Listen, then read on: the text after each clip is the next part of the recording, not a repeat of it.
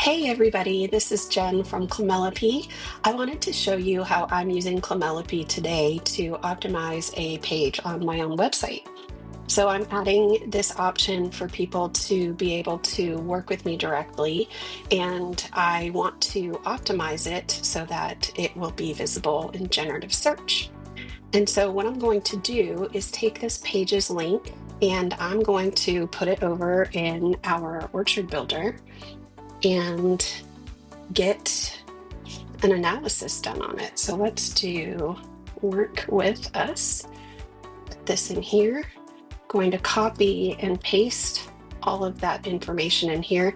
Now, really quick note, how this works is it tries to pull the information from the URL, but some websites will block services that go out to try to retrieve data from a website like this. So the page content pasting is kind of a backup option so that if it can't pull information from the URL, it will pull it directly from this content here. So then I'm going to do analyze my page. Now this can take a couple of minutes, so I'm just going to give it its time and I will be right back when it's done. All right, so as you can see, it just finished and we got the confetti to show it. And basically, I'm going to go through each and every one of the elements of the Orchard ecosystem framework and optimize this page. Just to show you what that looks like, it's going to show my main topic pillars. So this is a list of all of the pillars that I defined when I went through onboarding. And so basically anything I do needs to roll up to one of these categories.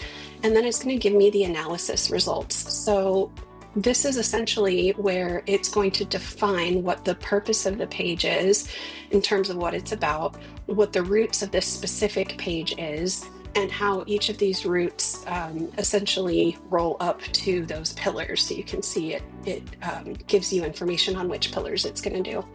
And then it says the page effectively communicates the importance of adapting to AI-driven search changes and offers a clear solution through the website visibility audit. However, it could benefit from more detailed examples of success stories or client testimonials. Now, because this is brand new, I literally just published it like 2 minutes ago. I don't have any testimonials or success stories, so I can't really do anything with that now, and that's okay. But we're going to work on connecting to each of these pillars and going through the what to do list.